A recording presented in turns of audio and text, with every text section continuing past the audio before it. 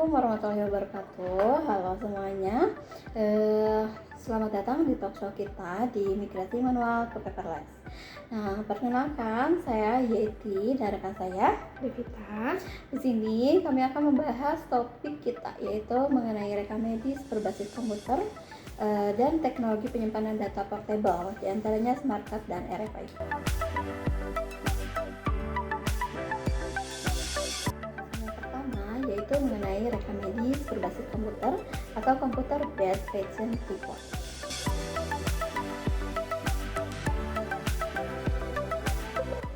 Ini rekam medis berbasis komputer itu Rekam medis berbasis komputer yaitu kegiatan melakukan pencatatan terhadap kondisi dan perkembangan penyakit pasien dengan menggunakan komputer.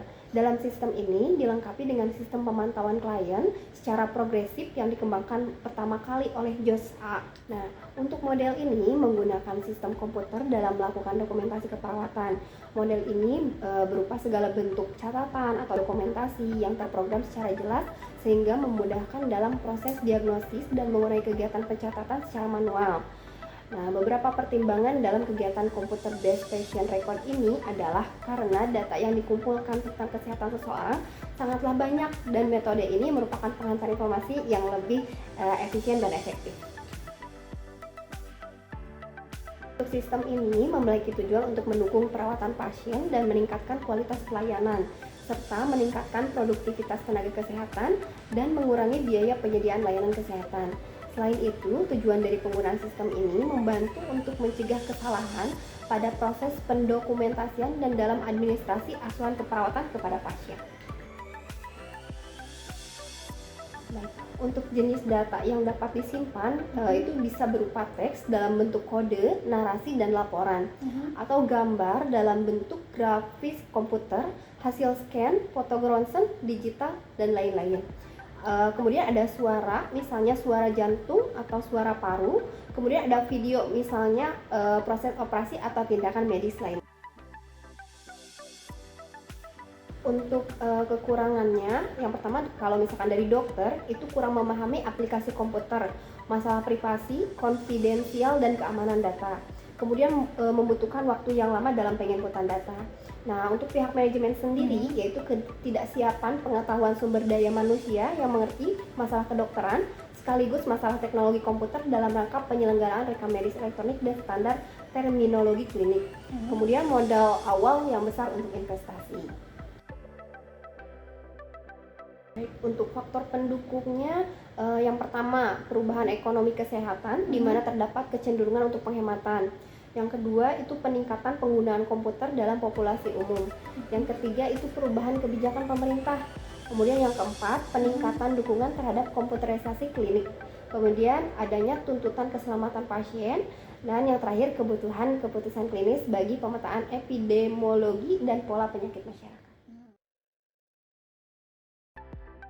Untuk manfaatnya sendiri yaitu penelusuran dan pengiriman informasinya mudah. Kemudian bisa dikaitkan dengan informasi di luar rumah sakit. Kemudian penyimpanan lebih ringkas, data dapat ditampilkan dengan cepat sesuai dengan kebutuhan.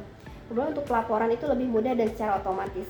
Kemudian kualitas data dan standar dapat dikendalikan, dapat diintegrasikan dengan perangkat lunak pendukung keputusan. Kemudian mengurangi kesalahan yang dilakukan perawat, kemudian memfasilitasi data yang aman dan meningkatkan kerahasiaan data pasien.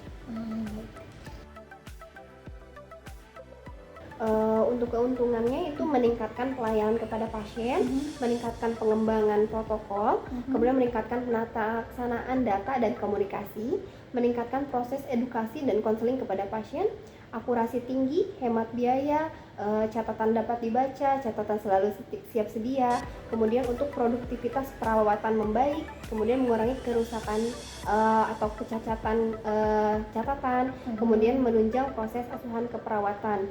Kemudian mengurangi dokumentasi yang berlebihan, catatan keperawatan terkategorisasi, laporan tercetak secara otomatis, kemudian untuk dokumentasi sesuai dengan standar asuhan keperawatan. Jadi ini lebih efektif dan efisien. Betul. Ya. Baik. Nah, untuk kekurangannya itu yaitu mudah terserang virus yang dapat merusak data, kemudian hacker yang bisa mengambil atau merubah data. Data pasien dapat diubah oleh orang yang tidak bertanggung jawab, kemudian kosakatanya terbatas, pembiayaannya juga cukup besar, kemudian keterbatasan dalam format pencatatan, kemudian untuk masalah keamanan dan kerahasiaan informasi pasien. Oke, baik. Yang pertama itu harus ada dukungan hardware dan software yang telah benar-benar siap. Kemudian semua operator komputer telah terlatih baik dalam penggunaan komputer maupun dalam akses penggunaannya itu sendiri. Kemudian tersedianya infrastruktur dan furnitur yang sesuai, biasanya sumber listrik, kabel, meja, kursi, dan komputer. Kemudian untuk prosedur pengamanan harus diatur dan ditetapkan untuk menghindari penyalahgunaan penggunaan komputer, misalnya untuk main game atau fungsi non-rekam medis lainnya.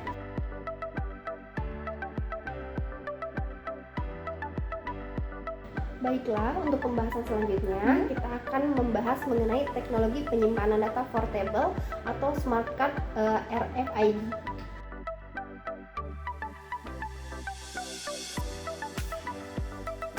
Baik, untuk teknologi smart card yaitu merupakan teknologi card plastik yang di dalamnya telah disematkan microchip atau integrated circuit untuk mendukung sistem identifikasi dan verifikasi, serta bisa digunakan sebagai alat pembayaran, misalkan kartu ID atau kartu akses. Kalau sekarang kan seperti pembayaran dalam e-tol gitu ya, kemudian kartu parkir dan lainnya. Saat ini, RFID telah digunakan oleh seluruh dunia untuk berbagai keperluan identifikasi, baik di pergunaan di proyek konstruksi, rumah sakit, hingga pusat perbelanjaan. RFID memiliki prospek aplikasi yang luas di bidang rumah sakit dan perawatan kesehatan. Nah, sistem manajemen rumah sakit di RFID dapat mewujudkan interaksi antara pasien dan staf medis, institusi medis, perangkat medis, dan secara bertahap mencapai informasi dan kecerdasan. Selain itu, RFID juga memainkan peran besar dalam manajemen pasien, kontrol akses, manajemen pinatu, liner rumah sakit, manajemen obat rumah sakit, dan lain-lain. Baik, Mbak Yeti, bisa dijelaskan untuk RFID untuk pasien di rumah sakit itu seperti apa? Jadi gini, di rumah sakit yang menggunakan sistem RFID, pasien akan dilengkapi dengan gelang atau dengan tag RFID. Nah, di mana RFID menyimpan data informasi dasar pasien seperti misalkan nama, usia, informasi riwayat kesehatan, hasil tes injeksi obat, dan lain-lain. Nah, kemudian setiap gelang RFID memiliki kode yang unik ya. Jadi sesuai dengan data pasien. Misalkan jika seorang dokter atau perawat ingin mengetahui informasi seorang pasien, ia hanya perlu membaca gelang pintar RFID gitu ya, dengan melalui reader RFID yang dibawa oleh dokter atau perawat. Nah, dan juga apabila dalam keadaan darurat, teknologi RFID dapat membantu dokter memenangkan waktu untuk menyelamatkan pasien dengan memberikan informasi panjang secara cepat dan tepat waktu. Informasi mengenai data pasien, sistem RFID juga dapat mencegah pasien tersesat. Jadi melalui gelang RFID ini, pembaca RFID dan sistem pemosisian dan pelacakan pekerja medis dapat melacak lokasi si pasien itu ada di mana gitu ya, dengan cepat menemukan mereka serta menerapkan program medis yang sesuai untuk mereka. Nah, dengan demikian dapat mencapai pemantauan tepat waktu 24 jam terhadap pasien, menjamin keselamatan pasien, mengurangi frekuensi kecelakaan, dan meningkatkan tingkat manajemen rumah sakit. Nah, kebetulan di rumah sakit kita belum ada ya untuk Gelang RFID. Betul. Nah, kemudian yang membuat efisiensi gelang itu, jadi gelang itu hanya bisa dipakai satu kali pakai. Gitu. Jadi kalau misalkan pasien tersebut sudah pulang, nah gelang itu dibuang aja. Kemudian bisa jelaskan untuk manajemen identifikasi bayi baru lahir itu seperti apa? Gelang RFID memiliki aplikasi penting dalam manajemen identifikasi ibu dan bayi, kebidanan, manajemen anti pencurian bayi, dan verifikasi identitas. Nah, di bagian obstetrik dan ginekologi rumah sakit yang skala besar gitu atau rumah sakit bersalin bayi baru lahir akan dilengkapi dengan gelang RFID yang dapat menandai identitas unik bayi. Nah, dan membuat informasi bayi sesuai dengan informasi ibu untuk menentukan apakah kita menggendong bayi yang salah. Jadi kita hanya perlu membandingkan informasi gelang RFID antara ibu dan bayi tersebut. Nah, yang menghindari terjadinya bayi yang salah. Nah, ketika seseorang mencoba untuk mencuri bayi yang baru lahir dari bangsal rumah sakit misalkan ya, nah perangkat identifikasi RFID ini dapat mendeteksinya secara real time gitu ya, dan membunyikan alarm memberitahu penjaga keamanan tentang lokasi terbaru bayi yang dicuri. Nah, selain itu, jika label RFID dilepas dari bayi, maka perangkat akan segera memberikan alarm yang berbeda yang menunjukkan lokasi bayi. Bagaimana cara pelacakan aset rumah sakit RFID? Dalam pengelolaan aset rumah sakit ini dengan menggunakan tag RFID bisa mendapatkan hasil 2 kali lipat dengan setengah tenaga, menghemat waktu dan tenaga untuk mencari peralatan serta meningkatkan kemampuan rumah sakit dalam mengelola aset. Nah, misalkan ya, kita memasang tag RFID aktif atau pasif ya pada pompa transfusi, kemudian pada tempat tidur, rumah sakit, tanduk, kursi roda dan lain-lain.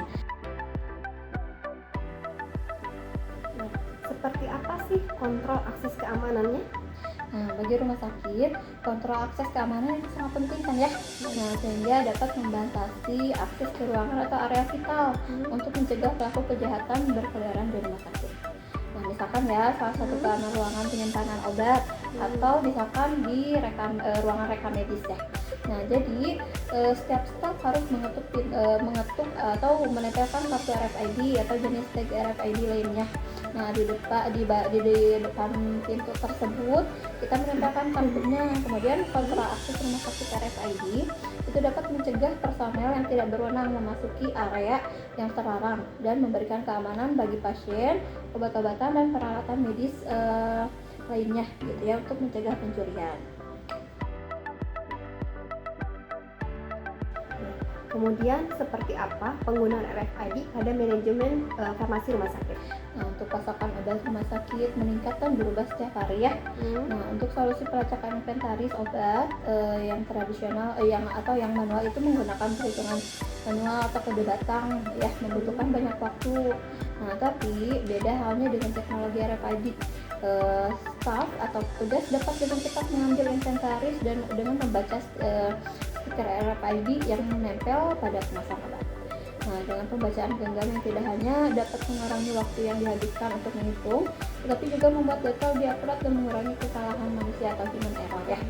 Nah, teknologi RFID dapat diterapkan dalam penyimpanan, penggunaan, dan pemeriksaan obat untuk menyederhanakan pemrosesan catatan manual dan kertas, mencegah kehabisan stok, dan memfasilitasi penarikan obat.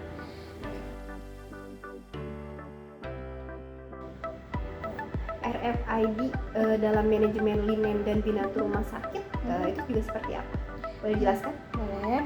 Jadi untuk pengelolaan linen rumah sakit relatif istimewa ya, karena semua barang ini harus dibersihkan, didesinfeksi untuk memastikan steril dari saat digunakan untuk pasien berikutnya ya. Selain itu, terdapat permasalahan lain dalam penggunaan dan pengelolaan linen rumah sakit. Nah, antara lain misalkan kesalahan data dalam proses pendistribusian linen, pencucian dan pengelolaan persediaan, serah terima, dan persediaan yang membosankan, kehilangan sebab yang tidak diketahui. Nah, jadi kan kalau tanpa RFID kita bisa saja kehilangan linen atau kain-kain yang seharusnya di tempat yang penyimpanan gitu ya, malah bisa hilang juga gitu ya. Tapi dengan sistem RFID memberikan solusi sempurna untuk manajemen linen rumah sakit. Oke semuanya, itu dia talkshow yang kita paparkan mengenai topik tersebut. Kesimpulan yang bisa kami sampaikan adalah dalam pelaksanaan rekam medis berbasis komputer, yaitu untuk bisa meningkatkan kualitas pelayanan serta meningkatkan produktivitas tenaga kesehatan dan mengurangi biaya layanan kesehatan dengan adanya kekurangan dan kelebihan dalam penggunaannya. Selanjutnya, dengan RFID dapat mewujudkan interaksi antara pasien dan staf medis, institusi medis, perangkat medis, dan secara bertahap mencapai informasi dan kecerdasan. Selain itu, RFID juga memainkan peran besar dalam manajemen pasien, kontrol pasien, manajemen binatu, kemudian manajemen obat rumah sakit. Nah, sekian yang dapat kami sampaikan. Mohon maaf apabila ada kesalahan dalam pemaparan topik yang kita sampaikan. Semoga bermanfaat untuk kita semua. Terima kasih. Wassalamualaikum warahmatullahi wabarakatuh.